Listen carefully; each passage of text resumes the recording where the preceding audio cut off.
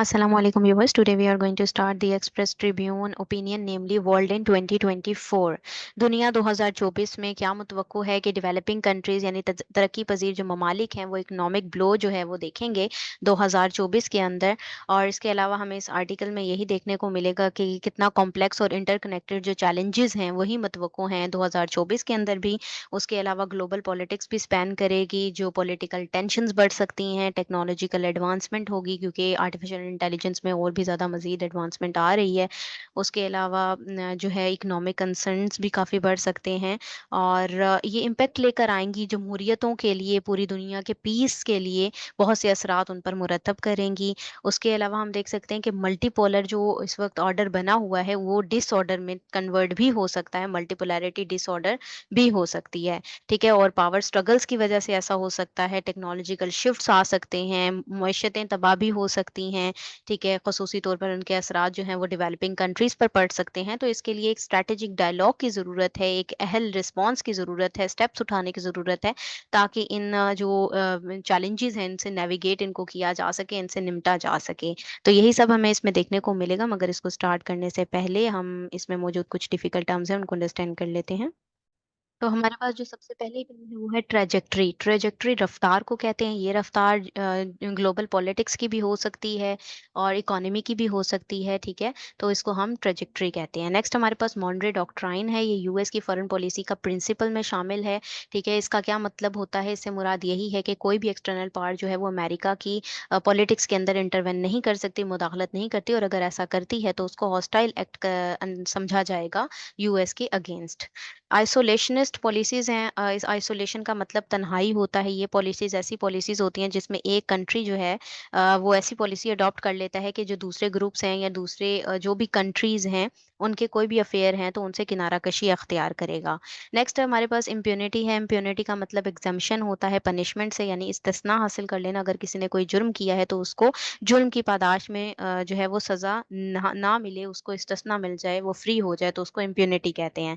Next हमारे पास multipolarity disorder है। Multipolarity जिसमें बहुत सारी मेजर पार्ट्स हों, ठीक है? जैसे कि अभी हम ग्लोबल लेवल पर देख सकते हैं, मगर इससे मुराद यही है कि 2024 में उसमें डिसऑर्डर देखने को मिल सकता है, तरतीब खराब हो सकती है।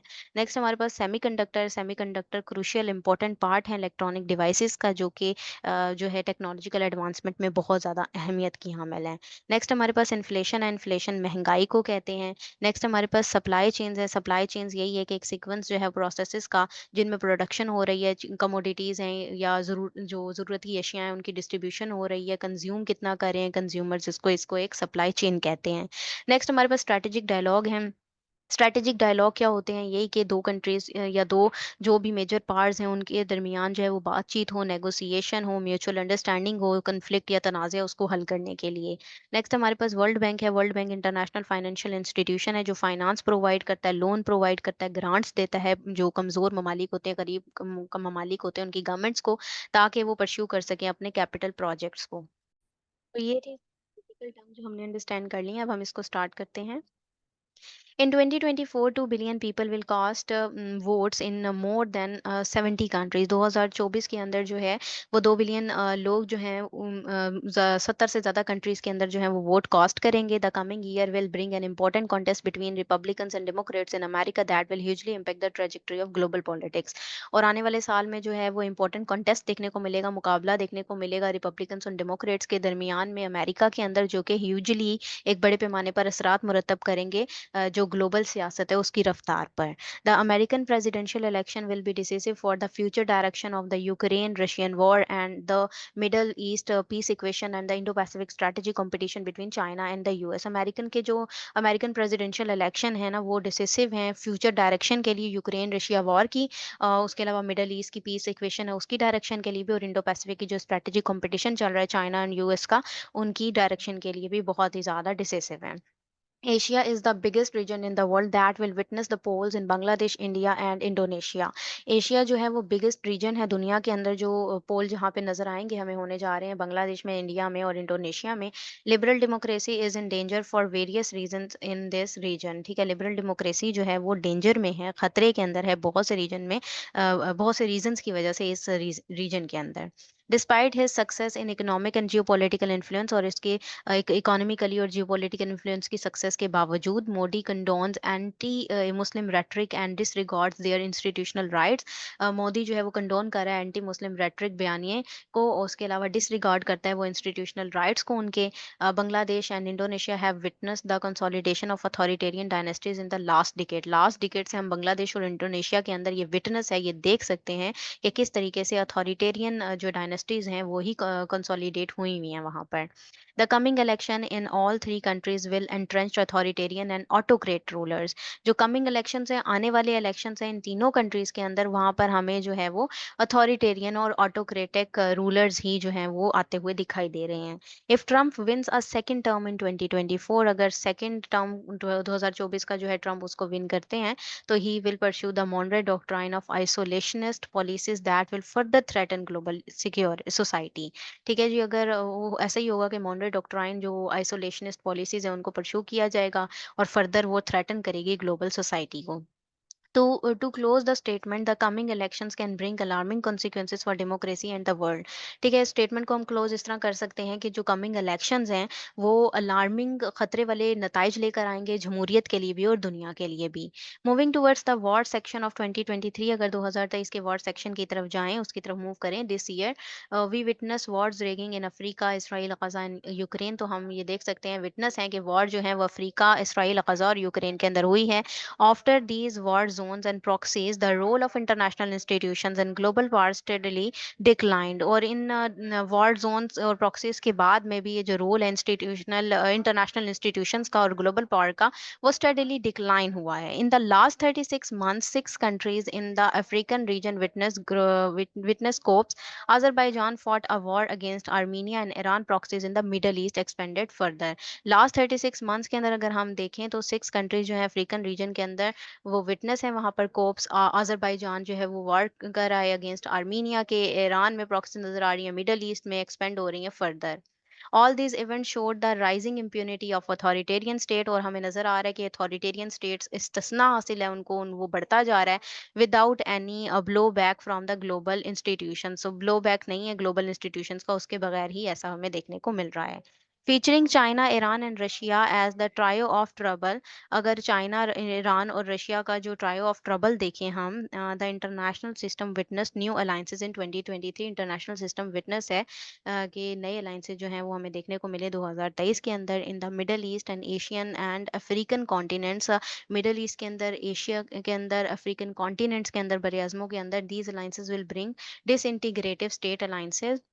ये अलायंसेस जो हैं वो लेकर आएंगे डिसइंटीग्रेटिव स्टेट अलायंसेस के, हो सकता है कि अलायंसेस टूट जाएं in which major parts of the world content for power, जिसके अंदर जो है वो मेजर जो पावर्स हैं दुनिया में वो कंटेंट कर रही हैं, एक दूसरे लड़ रही हैं पावर के लिए, इन्फ्लुएंस के लिए, अथॉरिटी के लिए, while staking the region's peace and stability. किसकी स्टेक पर? रीजन की पीस और स्टेबिलिटी की स्टेक पर। All these events will bring a multipolarity disorder and a vicious cycle of insecurity in 2024।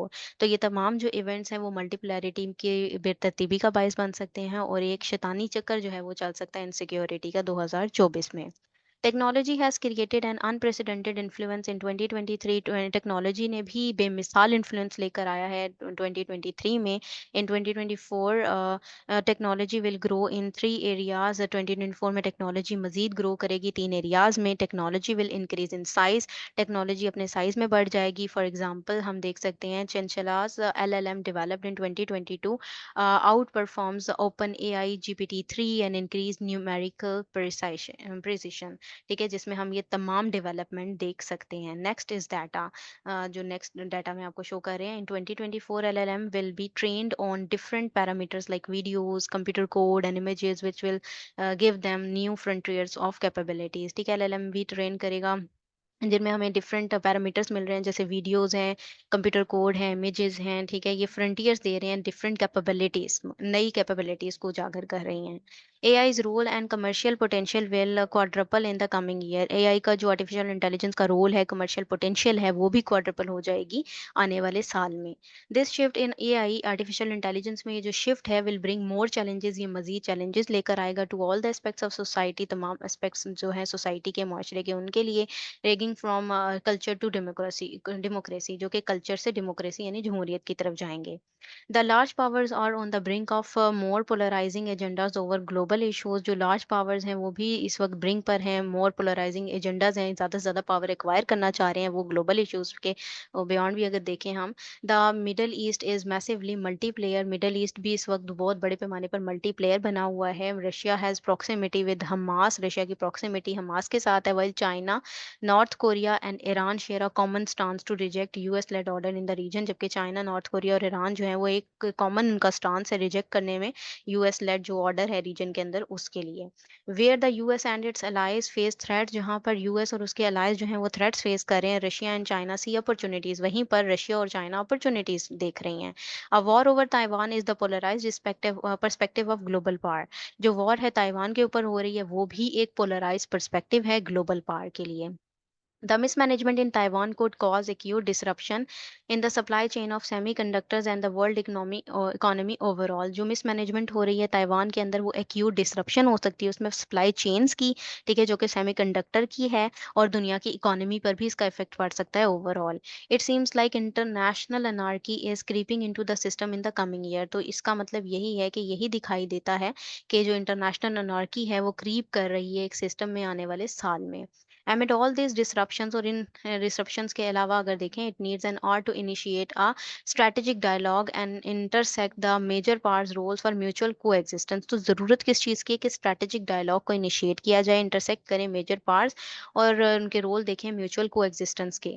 Developing countries will face an economic blow in 2024। Developing countries भी economic blow देख सकती हैं 2024 में according to the World Bank report.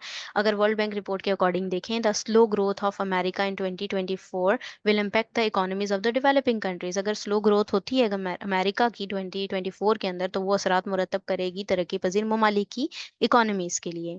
The second wave of inflation due to the Ukraine-Russia war could potentially hike fuel prices in the developing states। क्योंकि second wave जो inflation की आई यानी महंगाई की आई यूक्रेन रशिया वॉर की वजह से, उसने उसकी वजह से भी फ्यूल की प्राइसेस जो हैं वो बढ़ गई डेवलपिंग स्टेट्स में।